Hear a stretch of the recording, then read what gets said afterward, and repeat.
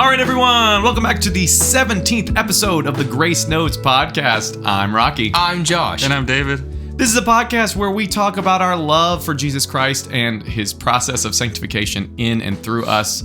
We also talk about music because we are all three musicians with an S. True. All right, we are all three musicians, and we call that our notes section. So we talk about what the Lord is doing in our lives through music and what we're excited about in music. So welcome. Everyone, welcome back. 17th episode. It feels like we just released an episode because we did. It is Saturday. Saturday, the day after episode 16 just released, Assumptions. And because of the internet, you can go back and listen to it if you would like to. Where we covered. Please do. Our roundtable question was talking about, common assumptions people might have if they're non-believers, or even if they are believers, just, church-wise, like what do people believe? And we kind of tried to set the record straight on some of these things, or at least discuss it in interesting discussion. So go back and listen to that if you want to. So, boys, as always, it's great to be back in the studio with you. Always great to be here. And we've got a bonus episode coming up next week, just because, summer's happening, life's happening.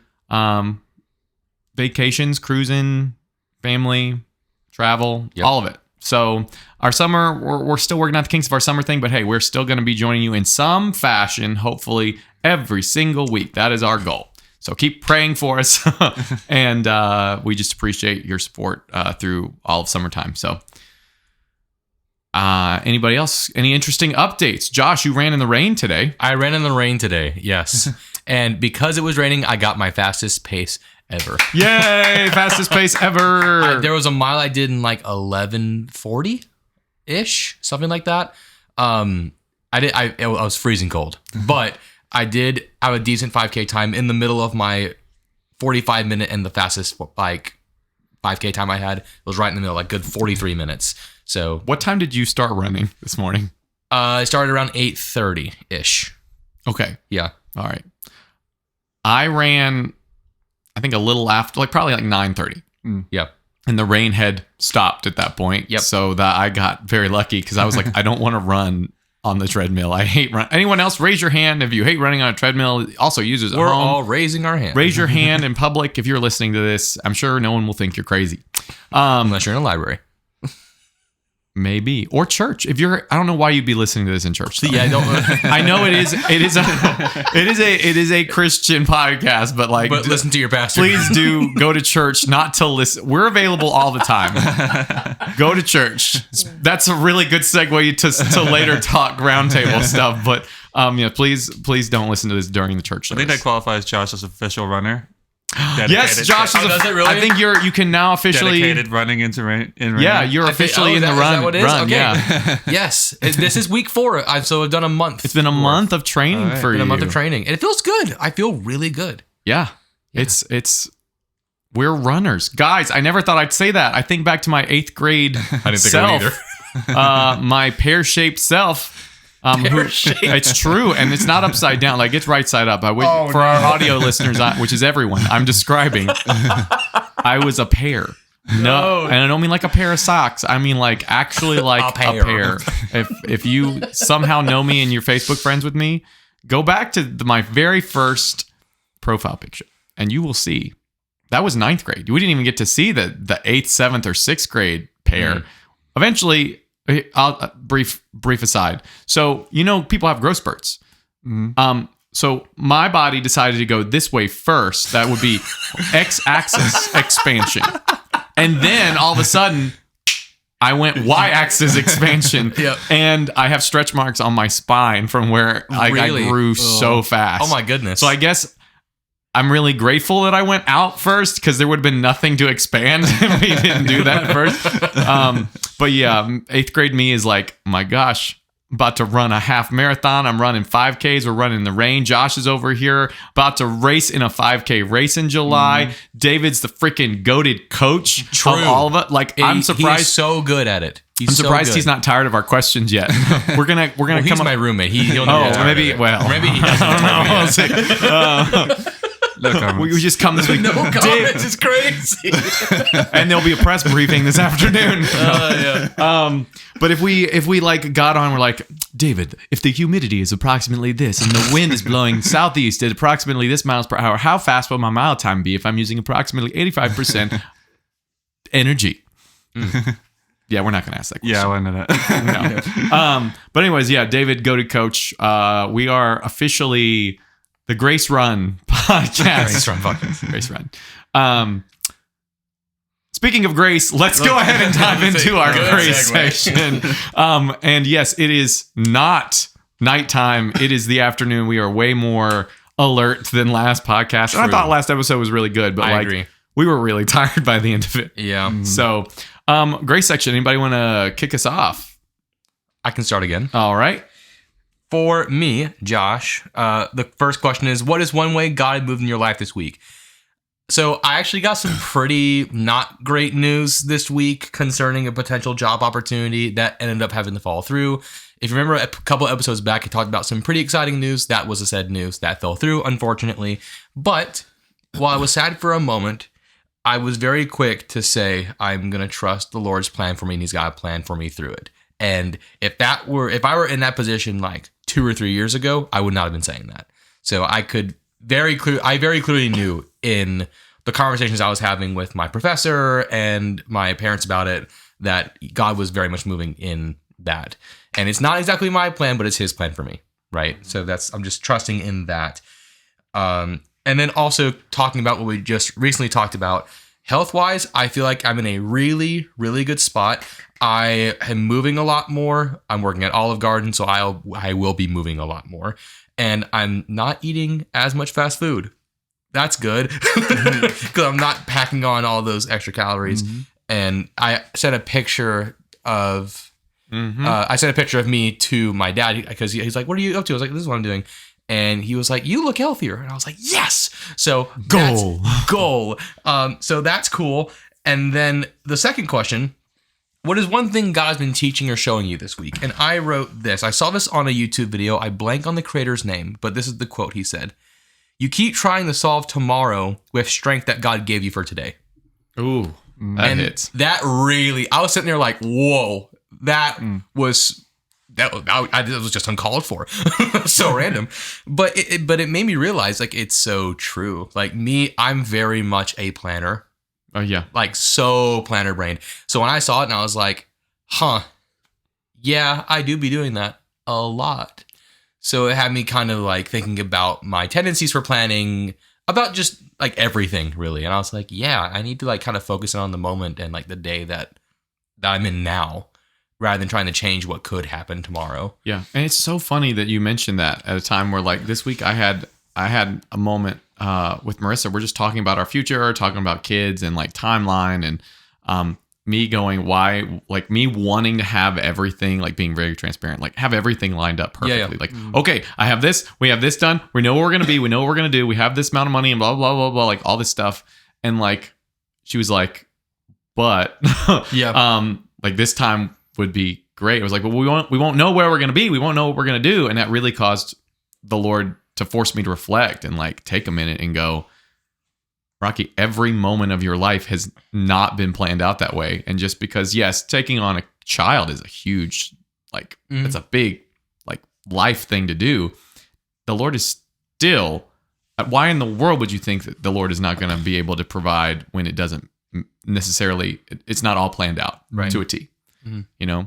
And I feel that way a lot of times creatively. Like, how many times do we do things where we're like, we have to have everything ready before we start?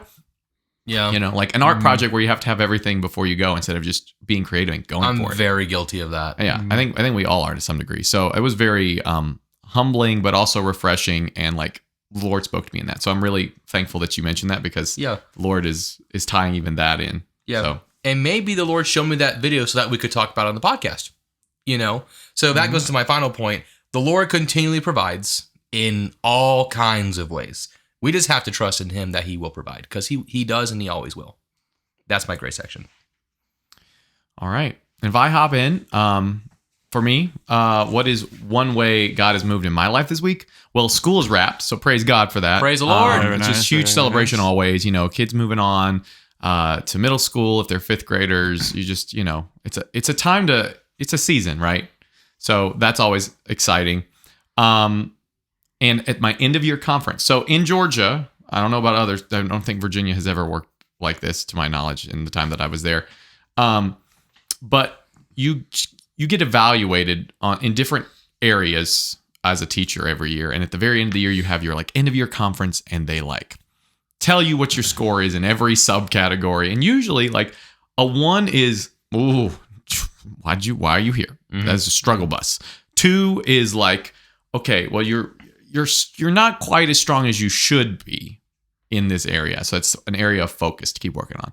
3 is the baseline, pretty much, and then 4 is exceptional. Yeah. And I've just had straight 3s since becoming an elementary music teacher 3 years ago, and for the first time, I received my first 4 on an end of year conference. Nice. Classroom environment got a 4. Fantastic. Right. So that was encouraging in a lot of ways, and to hear what my principal had to say. So I appreciated that, and like didn't want to take credit for it, because there was like, praise God, because that was not, there's no way I could do that. Like I think about how a lot of times it is survival, in the situations where, and how I work and what the kids I interact with. It's like for someone that isn't in there every day, but comes in periodically to see that and go, yeah, your classroom environment was exceptional, and the way you do all the things. And I was like, thank you. Like it just, I praise God for that. Yeah. Again, not needed. I would have been fine. 3s are good, but like that was just an extra little fun thing. Yeah, that's cool. I don't get a pay raise because I got a 4. It's just is what it is. And then within that, God pursuing me perfectly in just that thought. Yeah, that's something that's the way He's like moved in my life this week. And I also, that coworker we mentioned last week. Yep. The next day after we recorded and talked about it, I went back and invited that coworker to come to church. Didn't say no. Was like, is having ankle surgery, so it's going to be a little bit of time before that. But she's married, has like a 1-year-old, but has really made it apparent that like non-religious husband is pagan. Oh, didn't know that.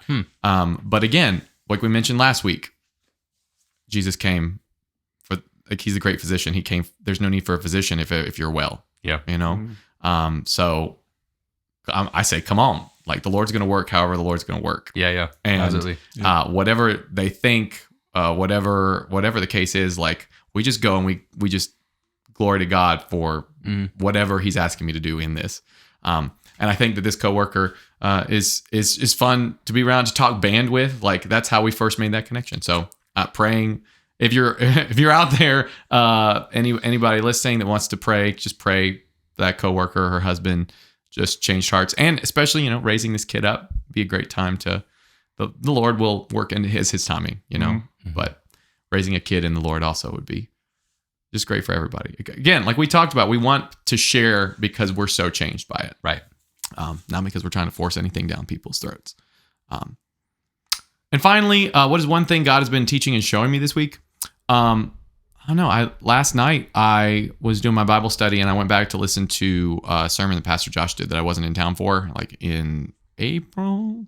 It's talking about just sin and how mercy, there's so much more mercy than our sin, but sin is still absolutely heavy and it's a big deal.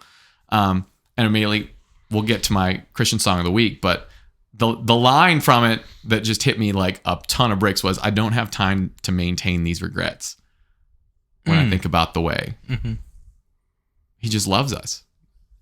And so anything Satan tries to hold over your head when it's been done, like it's just, God's grace is deeper than the depth of any of my sin. And Satan has no power to hold those things over me or anyone if we're a follower of Jesus Christ and we trust and follow Him.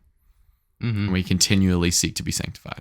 And that's so encouraging because He is out there to steal, kill, destroy. In any way possible. Anything to get us away from the presence of God. So holding something over us that is long gone or or messing with our minds or whatever the case is. So yeah, I don't have time to maintain these regrets when I think about the love of God, just how he loves us. And so that's definitely what he's been teaching and showing me this week, especially like the past day.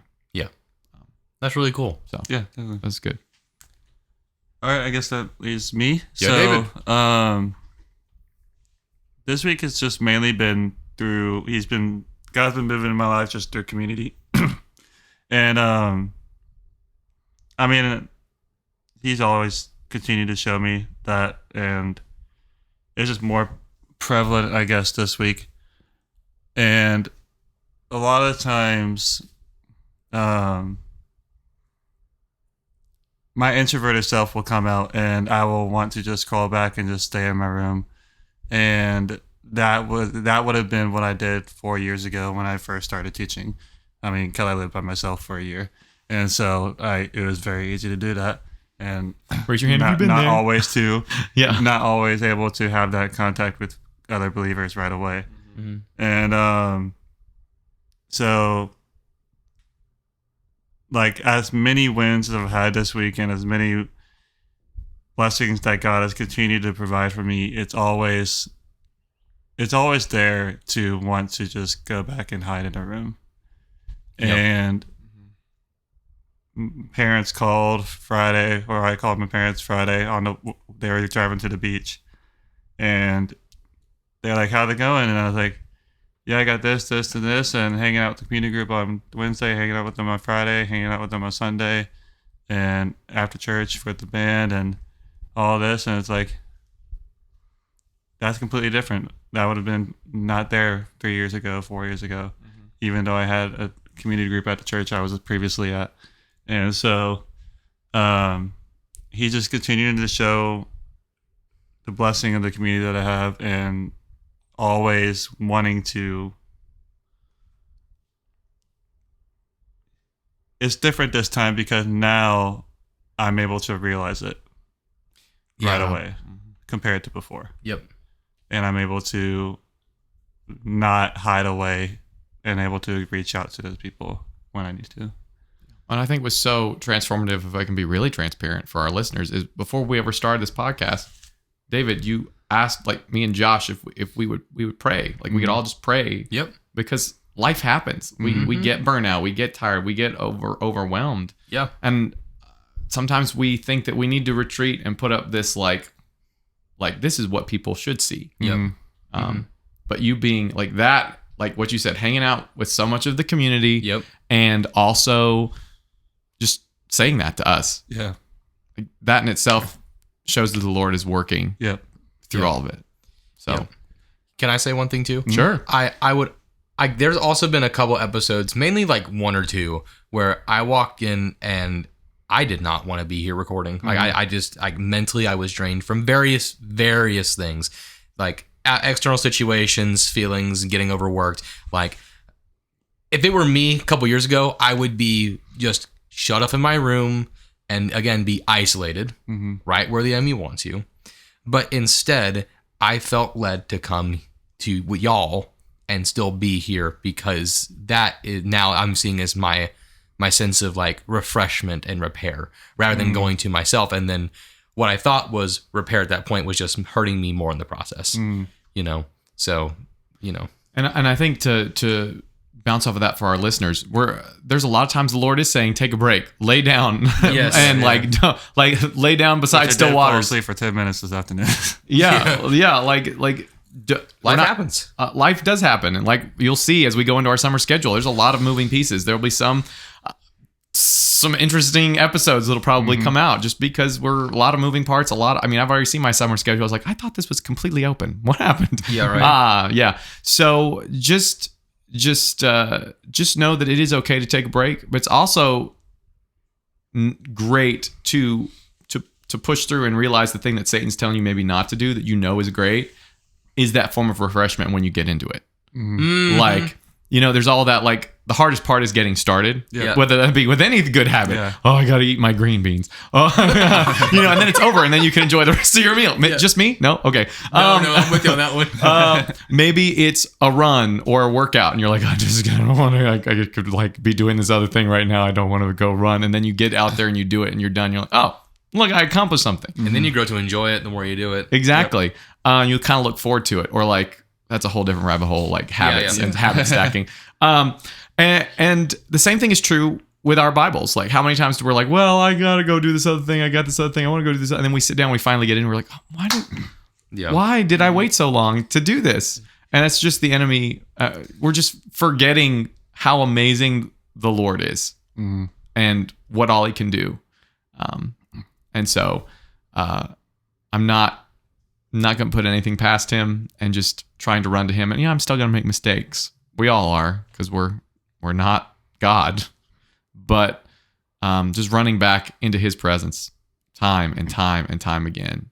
Because no matter the depth of our sin, His grace and His mercy is more. Absolutely. Yep. Yeah. And so just through all that, like, He just continuously teaching me everything that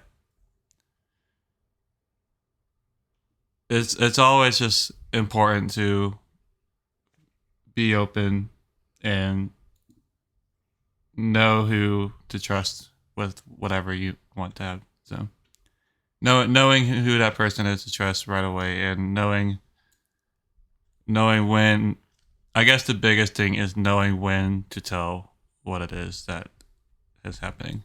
Yep. So Yeah, and just being in prayer. Yep. 100% agree. 100% agree.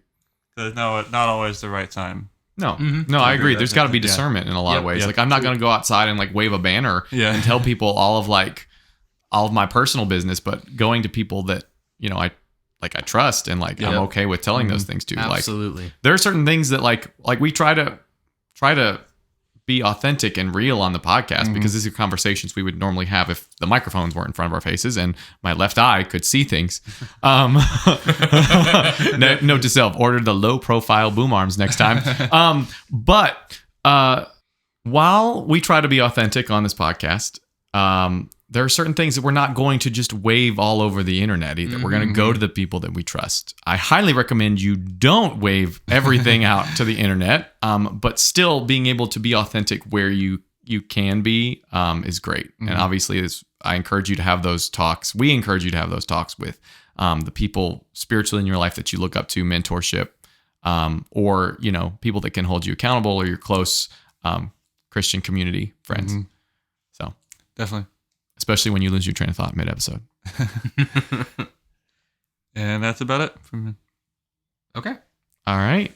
And so I guess it's time for Trivia!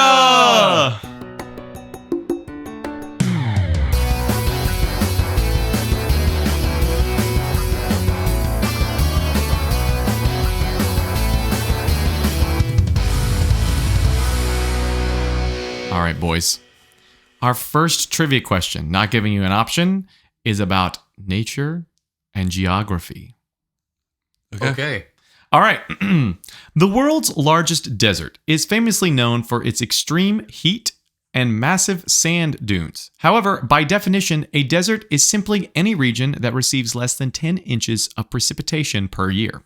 Based on this scientific definition, what is actually the largest desert on Earth? I know this one. I will accept answers that are close to either in geography to this place, or where I could be like, yeah, that's totally it. Pretty close. I'll count it. I know this one 100%. Okay. I'm super confident on this one. All right. I'm putting the first desert that comes to my head.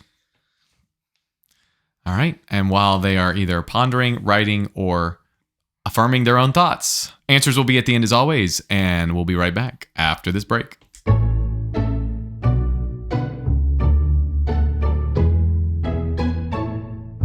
All right, and we're back. Welcome to the roundtable discussion.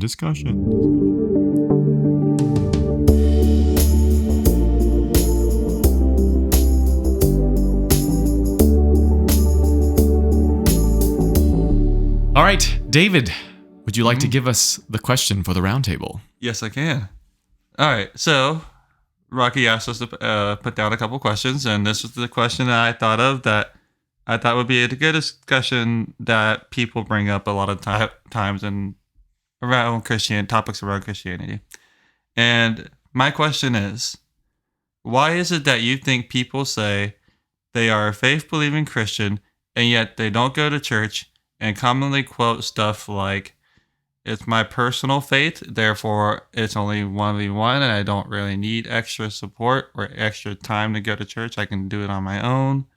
Or I'm good growing with God and I can just, like I just said, continue to do it without any type of church believing community and just myself or maybe one other person. I'll hop in. I think it's multiple things here. I think in Western culture, and we've talked about this, I think, in passing at some point. Western culture says we are the masters of our own journey. We need to chart our own courses. We need to do all our things, like be boss man, be boss lady, go do the things. And work hard. But I think the idea that we have to do it all by ourselves is a lie that Western culture has put out there. Mm-hmm. I was terrible at doing that as a band director. I always did everything by myself instead of asking other people to do it with me. And that's just a secular example. When it comes to this, I think it is bringing in that pride. It's a lot easier and it's a lot more convenient and a lot safer in a social context to say these things. Mm-hmm. It's much harder to come in and trust a group of people. Yep. Oh, that requires you to be vulnerable. Oh, that requires you to actually put time into those relationships, whether it be church or small, devotional D group or community group or whatever it is you're in, requires you to actually attend and make time for it, commit time towards whatever it is. And I think all those things, we so often, and this was in the sermon that I listened to last night from a month ago, our idol is comfort in our culture. It's not the golden calf. The golden calf, we read that passage and we go, I don't want a golden calf. I don't have a fountain in my front yard that needs an ornament on it that I'm going to go, quote unquote, I have no desire to worship a golden statue. However, looking at that historically, that's what people in Egypt worshipped at the time. So they're not just saying we are abandoning God because Moses disappeared on this mountain for many days, right, in Exodus. Instead, they're still wanting the thing that they were, once enslaved to and now are free from. They want to go back to that. They miss that. And I think to some degree, everybody misses some aspect of their life, either before Christ or a part of something that isn't that. Mm-hmm. And it is a lot easier to just say, let's go back, because we know it's not unknown. We know what it is. And I think here people are so concerned with me, self, isolation, like you mentioned earlier, Josh, when you just go, and David, you said too, just go, I'm staying home. Words are hard. Sorry, word vomit there. I have so many thoughts. Sometimes they just go all at the same time. And I'm like, no, let's not do that. Where we want to just sit alone, where we're isolated, where when I was single and just band directing all the time, I'd come home, or a working professional, I'd come home and I would just close the door and I'd put on YouTube and I'd eat something and I'd fall asleep and then repeat. And it's so easy to just do that. We value comfort so much. I think that's why. And growing up, there was a time period where we had bad leadership in our church. Mm-hmm. And, there was a time where we didn't go to church every Sunday. And I really wish we had found somewhere else to go growing up instead of just completely just being removed from it. Because I feel like we missed out on a lot of things. I know the Lord works all things together for those who love him perfectly. Not that we perfectly love him, but he works things perfectly together for the people who do love him and follow him. Mm-hmm. But I do wish that I've just been pushed to know that, church is a priority, even if it's not this particular church. Mm-hmm. God uses the church to accomplish his will. He always uses people. He always has. And if we're not in a church. The church is not optional. We have to be a part of a Bible-believing, Bible-preaching church. There is no perfect church on the planet, but we still need to be a part of it so that in large numbers, there's nothing that we cannot do. Raising money, helping people, preaching the word, bringing people to Christ and being used by the Lord to accomplish his will. Mm-hmm. That's my 2 cents. Yeah. The thing that I was thinking about, because honestly, I've been in that position before where I was kind of doing things on my own and I was like, that's plenty. I'm doing good. I think a big part of me assumed that church was just a place where you were told this is wrong and this is wrong and this is wrong. Mm-hmm. And I didn't want to hear something on that list be something that I enjoyed and something that I liked. I didn't want to feel called out. You know what I mean? So maybe there's a part in some people that they don't want to experience that. So therefore they kind of come to themselves in a way. Mm-hmm. And that way they put a shield up. It's safe. It's safe. Yep. It's comfort, right? I've been guilty of that. I did that. I think we all have to some degree. It could be for a multitude of things. But for me, I think the big thing was just really comfort and just kind of being by myself and also just being transparent, not waking up early in the morning. That was a big part of it too. Sleeping. Like, it's early. So people will say, I don't go to church because it's early. But then they have later services and they're like, I already have plans. What are the plans, though? Exactly. Be more specific. Be more specific. Yeah. Like, I got a thing.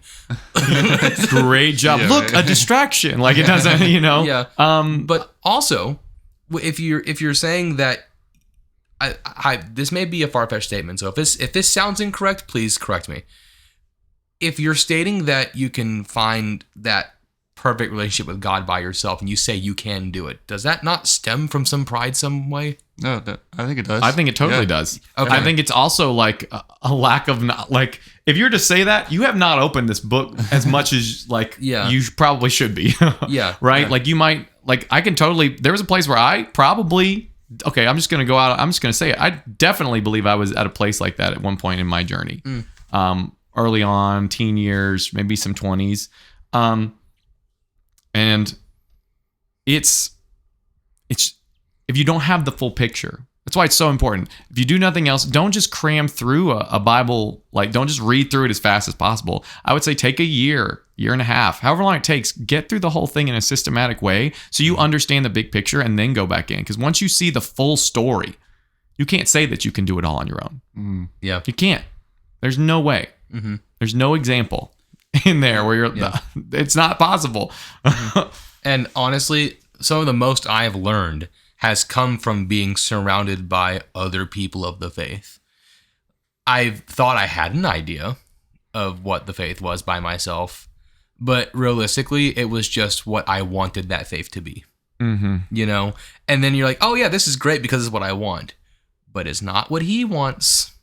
And to tie it back into what we were saying a second ago with the Exodus story and the golden calf, when we're taking God and putting him into an image, we are controlling what image God is in. Yep. When he created us in his image to worship him. Oh, that's good. Oh my gosh, that's so cool, right? Cool. Yeah. Woo. Yeah. That's heavy, but also we cannot. It is worshiping control and ourselves to some degree to think that we can take the Lord of all creation, bring him down. If you look at Exodus, when Aaron was peer pressured, dude, totally people pleaser, I get it, was peer pressured by the people to take all of their stuff and I don't know, stamp it out into this golden calf.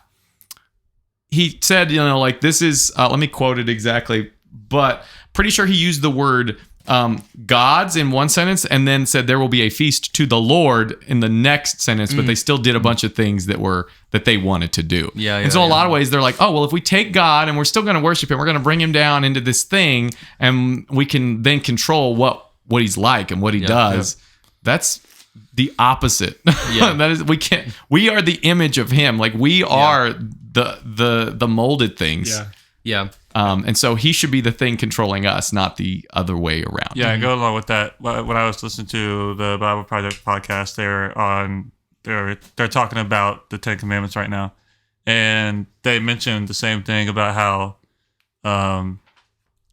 God created us in His likeness, and how we are one of His greatest creation that He's ever done, and that purpose of it, their whole purpose of talking about that was because another way to look at God's creation and to see God's holiness is by being with other people and seeing and being in that community of believers, because that's God's creation. Yep.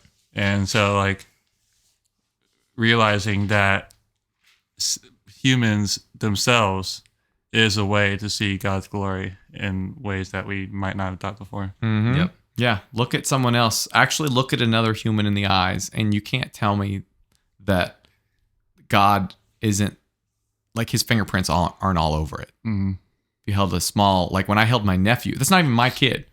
And like, there was something that I can't describe about it, where you're like, this has something that we can't tangibly touch all over it. Yeah. And it's just awesome. Yeah. And so I guess to answer kind of my own question about this question, I don't know why I said it like that. We knew what you meant. But yeah, we knew what you meant. We knew what you meant. One thing that I went to a traditional Hymn Baptist church growing up, and everybody dressed super nice. Yep. And so a lot of the men and boys and teens were in suits and dress shirts and stuff like that, and then the ladies dressed really nice in dresses and all that. And I've also seen the comment of, well, I don't want to dress nice. Why would I have to? I don't want to go to church because they always dress nice. Like, and I just want to wear my pajamas or my shirt and a t-shirt or a shirt and shorts or something like that. And like, that's also been things that hold people back from going. And then we've also seen that to where churches dedicate their way of like showing up to church. Yep. To where you don't have to do that, and you see a whole church where people are able to just wear kind of whatever they feel comfortable wearing at that church. Yeah. And so different churches kind of cater towards that audience of how they do it. But I feel like people that initially say that don't realize that other churches allow it. And so therefore they don't go looking for those churches. Yeah. Oh, interesting. I think it's super interesting because there's nowhere it says you must wear nice clothes to our gatherings. Like, it doesn't say that. But when you go to a job interview, you don't wear the shorts. Right. Yeah. And I'm not saying that we're interviewing to be a part of heaven. That's a terrible analogy, because if we would fail that interview 9 out of 9 times. I don't know why I picked 9. 10 out of 10 times. But I still think, like, we talk about for glory and beauty's sake. Why was the tabernacle and why was the temple? Why were all of these things so, like, why were the priests given descriptions of robes to wear? So beautiful and like, expensive, and you're like, but why? What's the purpose? For glory and for beauty's sake, right? And I still think showing up like to church dressed nicely is wonderful. Just showing your awe of the Lord, your reverence, your respect. However, I still don't think if you are someone who is deterred from coming, or you're an unbeliever, somehow found this podcast and got to this exact moment, you should not be deterred from coming to church if you just show up in jeans. I think the most important thing is you showing up. And then after that, your heart, Jesus will change your heart according to his timing and his purpose, and people will pray for you. And eventually you'll come to see the glory and the beauty, and you'll want to be more dressed. I think it's more things like as I've grown up, like as a kid, I was like, I don't want to wear all this stuff. Yep, exactly. And now I'm like, yes, let's go. You know, my wife loves to color coordinate with me. Like, we do all the, like, we're ready to go. We look nice. We try to look nice every Sunday. She does a lot better job than me because she's just wonderful and beautiful, and brag about my wife. She's awesome. But it's just awesome to be excited about that as we age. Yep. Say it with me. Sanctification. I had no idea what the word was you were going for, so I was like, how do I say it with him? I gotta be ready. I was testing you. I failed. There's You grace. got the Cajun part. There's grace for that. But I think you put it right there, Rocky, is the respect towards God. Yeah, Dressing up respect. for to show respect that you actually do care. You and that dress And if you That's for don't the know Lord, him, you don't, and you haven't encountered him yet. Yep. You're not going to have that respect. You're going to think it's crazy. Yeah. Why Like would you? you do it? respect the potential boss that you're going to work for in the interview by dressing nice compared to not Exactly. dressing nice. Bingo. I did that for Olive Garden. And look at you now. And look at me now, I'm moving dishes. Well, Dish has been a really great conversation. That was wrong. I'm sorry. I just miss getting to segue to book club. But I found the quote from Exodus. This is from Exodus 32, talking about Aaron. I know this was a while back, but just how he made it about the Lord, trying to make him into an image. So let's see. All the people took off the rings that were in their ears, brought them to Aaron. This is verse 3, now verse 4. And he received the gold from their hand and fashioned it with a graving tool and made a golden calf. And they said, "These are your gods, O Israel, who brought you up out of the land of Egypt." This is what the people said. And then when Aaron saw this, he built an altar before it. And Aaron made a proclamation and said, "Tomorrow shall be a feast for the Lord." So very conflicting, but also trying to take God. Aaron, at least. The other people were like, forget it. Like, they're doing whatever.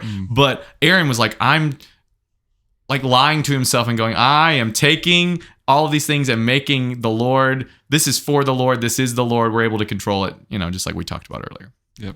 So there, I just wanted to quote it exactly. So I didn't misrepresent anything that is in the holy word of the Lord. But yeah, we remembered correctly in that one. Nice. Amazing. It's been a really good discussion. I agree. Yeah. Good roundtable segment. Ask us questions. Yeah, if you have something you'd like to hear us talk about on a roundtable segment, leave a comment somewhere. We've gotten some good comments in the past few episodes. We have. We'll be hitting those up when we have more time to prepare for some of them. Yeah, we're eager to hear your questions. We're eager to talk about the things that are hard to talk about. Yep. Because if we don't, then I feel like it's not as authentic. Our faith isn't as authentic. Not that we need all of the answers for everything, because there are going to be things like I mentioned last podcast that we don't fully grasp just because we're human and not God. But there are certain things I think we can dig deeper into and get a further understanding of based on what's written down in Scripture. Mm. And speaking of things that are, nope. Just kidding. Who wants to pray? I was so ready. I was so ready to I got segue. perked up when you said that. I was like, how are you going to segue this one? We should pray. There you go. We should pray first and then segue into things. Would anyone like to lead us? I can pray us up. All right. Dear God, thank you for this time together. Thank you for this amazing discussion about just finding ways to help everybody just enjoy you, whether it's through community, studying your word, or listening to a Christian podcast that is able to help study the love that you have for us every single day. And I pray that as we go forth with this podcast, and that as we continue to figure out the schedule for the summer of how you want us to lead this podcast for our listeners, that you'll be able to just guide us wherever you need it and guide us to whatever you want us to talk about throughout this summer. And I pray that in Jesus' name, amen. Amen. It's time for trivia. All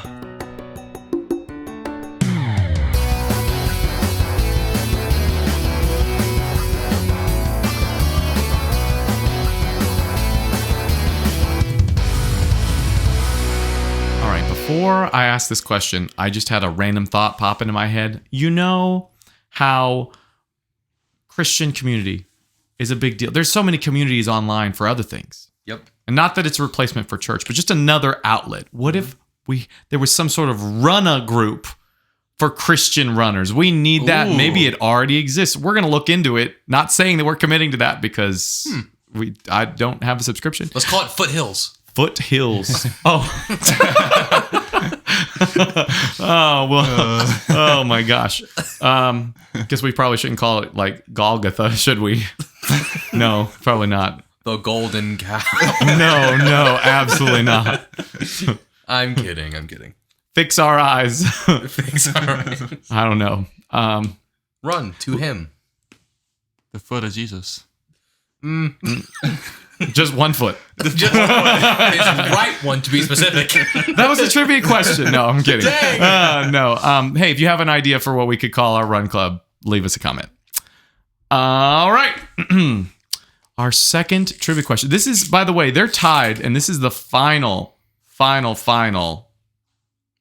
least for now, season of Rocky trivia. Final question in the Rocky season of trivia for right now. Wow, that is a mouthful. And our our listeners are confused, and I'm sorry. Anyways, this is the last episode that I give trivia out for now until we rotate back around. And so they're tied at 4-4. So this is kind of a big deal. Here is your second question. It may be harder. It is about pop culture and tech history, taking us back to an earlier trivia question from the very first round of when I did questions. Okay. Let's see how it goes. Long before smartphones, in the late 1990s and early 2000s, the tech world was dominated by translucent, brightly colored tech. When Apple launched the revolutionary iMac G3 in 1998, it completely ditched the standard beige box computer look. What was the official name of the very first iconic blue-green color flavor Apple launched?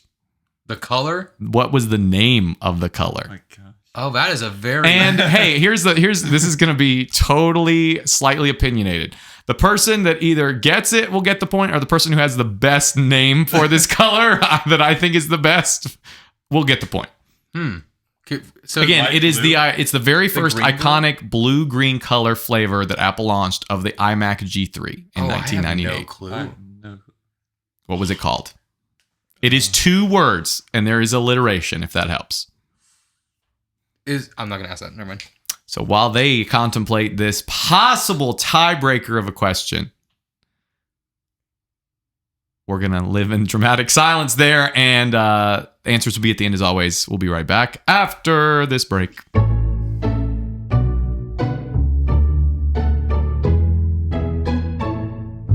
All right, and we're back. Welcome to the notes section. We're going to talk about all things music and how the Lord has been working in those music things. Does anybody want to kick us off in the notes section? I don't mind going first. Go ahead. All right. So, as I pull my notes back up here,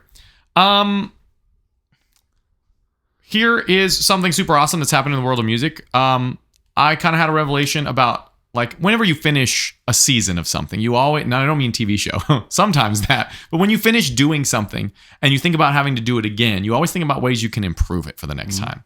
And what came to mind for next school year is letting exploration in music be the best way to teach it. I think a lot of times, absolutely, I try to give them information and they don't care. I need them to, in the words of Mark Rober, like, I need to hide the vegetables, quote unquote, and I need to make them care here so that I can get to here. And you can't see it on in the audio podcast, but I pointed my heart first and then my head second. So I'm new approach.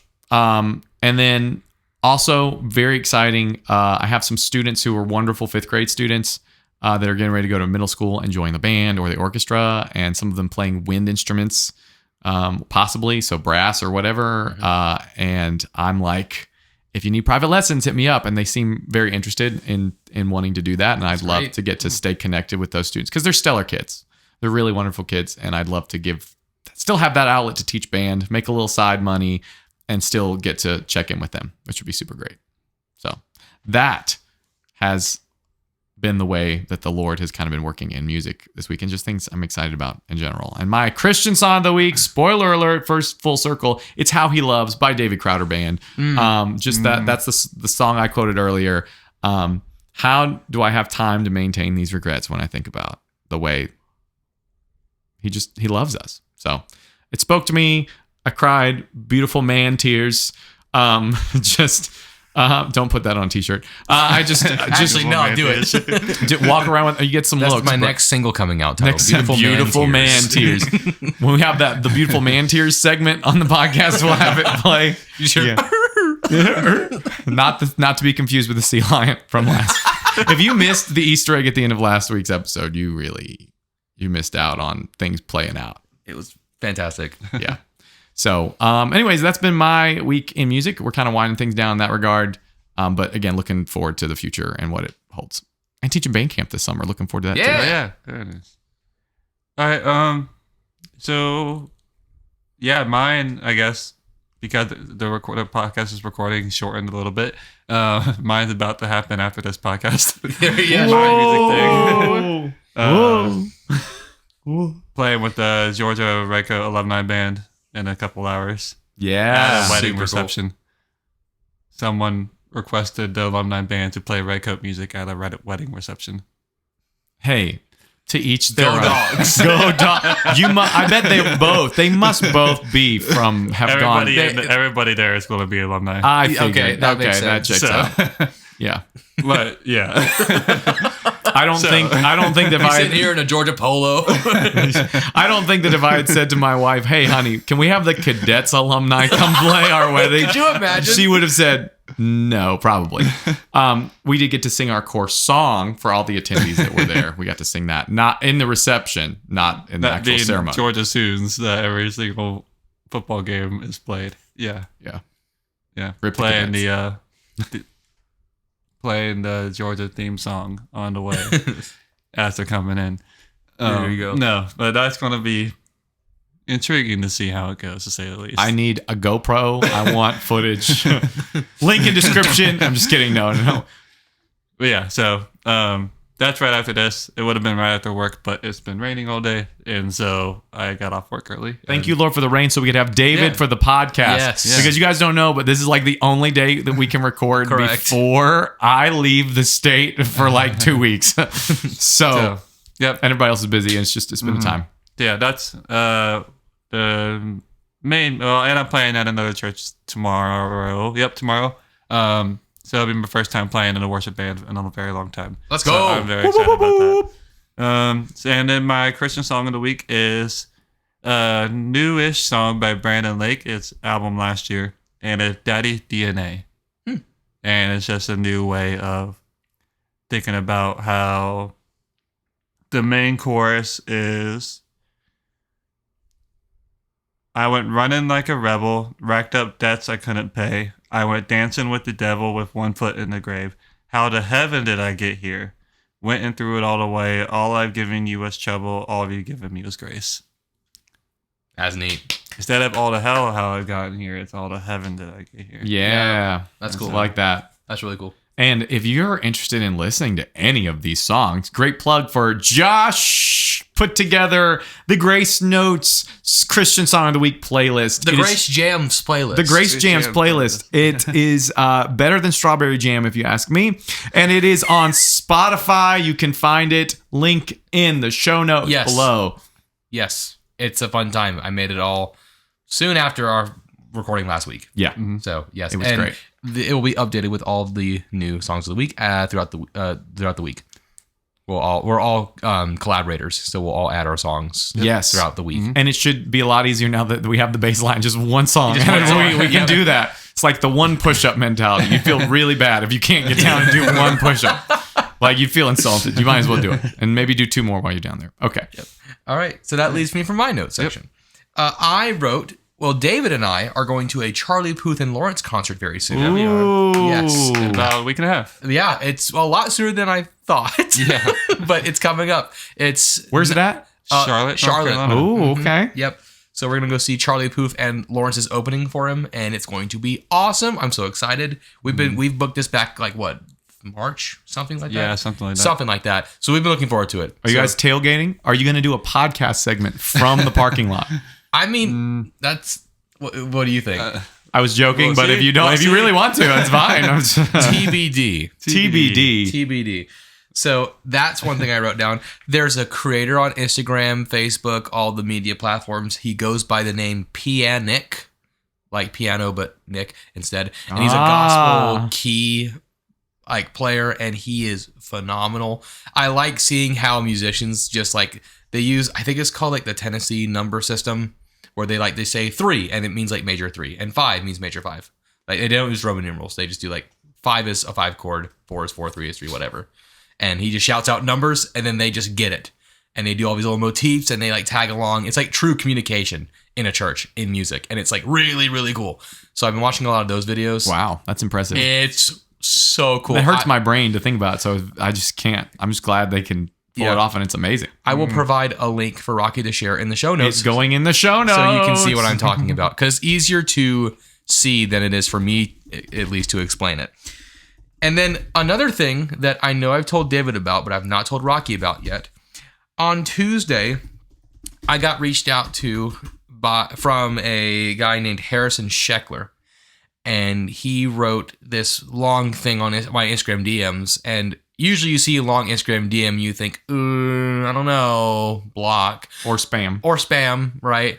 So I read through it, and he's done many like multi-track like virtual choir things, and he's looking for a horn player to join on his rendition of the national anthem that comes out on July 4th. For the semi-quincentennial. Yes. So I've been given the parts for that. I've been looking through it. It's a national anthem. I got to record that soon, so I'll be on that video on July 4th when it comes out. So that's super exciting. That is really exciting. Look, we'll leave that. We'll definitely leave that link when it comes out. When it comes out, yes, and that'll be a week before the 5K. By the way, that's crazy. Man, we are going to have a jam-packed July, and we have talked about this. We have tossed around the idea of the term Julive. Maybe we'll have our first Grace Notes live podcast recording once we figure out all those logistics and making it work. Yes, but absolutely. Very, very much excited to do it. Maybe we live stream it, but we have like this is just recording as is, and we just have a secondary something that's just like streaming the whole time. That could be the easiest way to do it. So. Absolutely. And then to tie it off, my Christian song of the week for this week is titled "Back to Life" by Bethel Music and Zariah Zachary. Just the first couple lines of lyrics.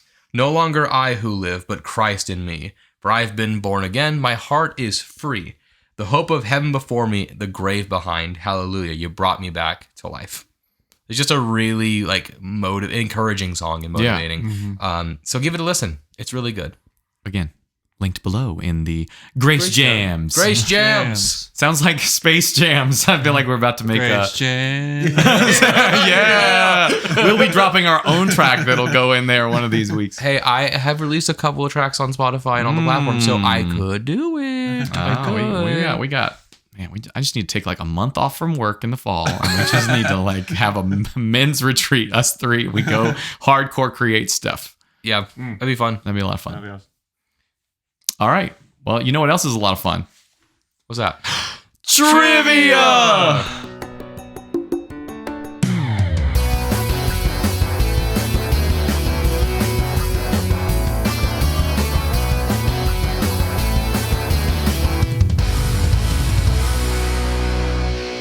This is it. The final Rocky trivia questions for this Rocky season of being trivia. Wait, am I the trivier? You're a trivier. I'm a trivier. Sorry, being the trivier, and they are the trivies. Yes. Words are hard a lot of the time. All right. So we are answering questions. I have a bonus question just in case there's a tie, or just for fun because we love questions around here. We love questions. We love trivia. Questions. All right. First question. The world's largest desert is famously known for its extreme heat and massive sand dunes. However, by definition, a desert is simply any region that receives less than 10 inches of precipitation per year. Based on this scientific definition, what is actually the largest desert on Earth? Flip them and read, boys. What do we got? Okay, with the first one that came to mind, the Sahara Desert. We have Sahara and... I wrote Antarctica. It is the Antarctic Yep, desert. While we usually think of deserts as hot and sandy, the Antarctic polar desert covers roughly 5.5 million square miles, making it significantly larger than the Sahara, or however you pronounce it, which is about 3.6 million square miles. Some parts of Antarctica's interior haven't seen a single drop of rain or snow in millions of years, according to this. That's insane. So, crazy. So it's 5-4. Yep. Going into the last question. Again, I like his answer better on this last one. Yeah. He might get the point. You probably will. I don't know about that. Here it is. Long before smartphones and the late 1990s and early 2000s were dominated by wait, that's not a sentence. Long before smartphones, the late 1990s and early 2000s were dominated by translucent, brightly colored tech. When Apple launched the revolutionary iMac G3 in 1998, shout out, used that in elementary school computer lab, it completely ditched the standard beige box computer look. What was the official name of the very first iconic blue-green color flavor Apple launched? I told you it was alliteration, and it was based on a place, and whoever gets the answer that is either the closest or the one I deem the best, if you're so far off, will get the point. So flip them and read. I wrote Belgian blue. I wrote Western Waves. But the answer is Bondi or Bondi Blue. Oh. And it's named after the water at Bondi, I don't know how to say it, beach in Sydney, Australia. And was the sole color available at launch and became an instant 90s cultural phenomenon. This was my second guess. It Apple wasn't. later expanded the lineup to include lifesaver colors like tangerine, grape, lime, strawberry, and blueberry, sparking a massive industry-wide trend, making everything from alarm clocks to game consoles translucent, aka Game Boy Nintendo 64, Game Boy Color, etc. So I probably could have made that a multiple choice answer, honestly. It would have probably been. But just for the sake of keeping the game interesting, I'm going to give the point to David. Okay. All right. And our final bonus question. There is only one correct answer. If you get it wrong, both of you, I don't know how we're going to decide Give this. it to Josh because he had a better name. Okay. If it both get it wrong, Josh will win. All right. I should just try to get it wrong In then. competitive Pokemon, base stats generally increase when a Pokemon evolves. However, there is a legendary baby Pokemon introduced in Gen 4 whose base special defense is actually higher than that of the massive HP tank Chansey. What is the name of this baby Pokemon? Oh, shoot. Oh. Gen 4? Gen 4. It is a baby Pokemon. It's a baby Pokemon. The baby Pokemon. Yeah. Wait, hold on. There's a baby Pokemon. Introduced in Gen 4. Uh-huh. Whose base special defense stat is higher than the massive HP tank Chansey. What is the name of this baby Pokemon? It's not a legendary baby By the way, Pokemon? It's just it's just a baby Okay. Pokemon. Baby, And this okay. is all based off of... it's pulling from Reddit, so just a heads up. I don't know. What baby Pokemon came out in Gen 4? A lot, actually. There were a lot. Would you like this to become multiple choice? No, it's okay. Okay, 'cause I'm going to think on it. All right. I'm not paying attention to the gen. I'm just putting a baby Pokemon. Oh, are back you? in Mango. Okay. It was introduced in Gen 4.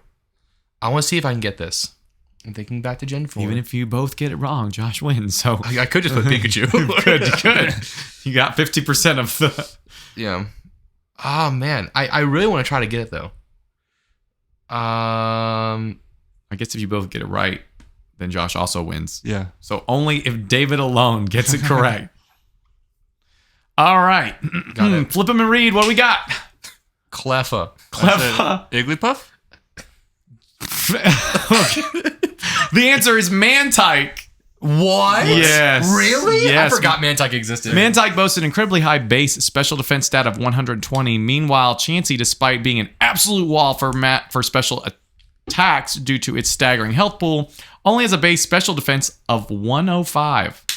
This means that the Wow. tiny floating kite baby technically has a higher raw special defense stat than one of the most famous special walls in the entire history I of the forgot franchise. about That's him. crazy. I forgot he had a baby A evolution. pre-evolution of Mantine. Yeah. Yep. Well, Dang. speaking of... I don't know how I was going to segue Speaking that. of man. Speaking of man, which are all of us. Josh wins by default. So Josh, congratulations. I'm honored. Thank you.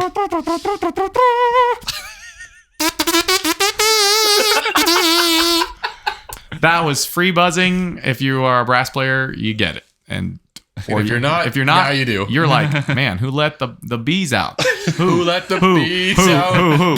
And so before we get copyright struck, boys, it's been a pleasure. This was such a fun, streamlined episode. Leave a comment, please. Interact. Let us know if you got questions, things you want to hear, feedback, whatever. We'd love to hear from you. And boys, as always, it's a pleasure to get to spend this lovely Saturday afternoon with you. Friday for our listeners, hopefully, should be. All right? Or whenever you listen to this in the future. But I'm Rocky. I'm Josh. And I'm David. And this has been Grace Notes.